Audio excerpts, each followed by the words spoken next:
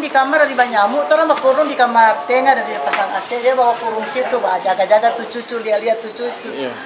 Kurang kaget, kita bilang begini kan, tapi saya pilih ke sana itu ya, dapat tuh air pas so keras sekali ini hujan ini, dia cuma datang lihat di muka.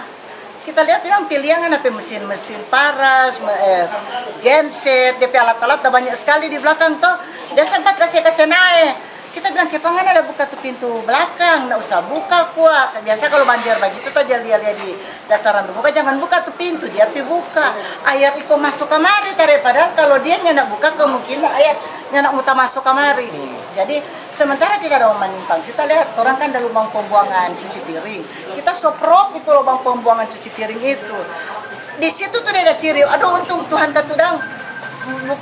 Memang Tuhan masih tahu tuntut pak kita karena kan orang di pinggir kuala ternyata lalu pinggir situ mari menjauh katuno jadi kayaknya dia petu tanggul peciri ada tiang toh yang di sini dia tak pakai di tiang padahal agak satu kira-kira 2 meter so itu dia jarak itu.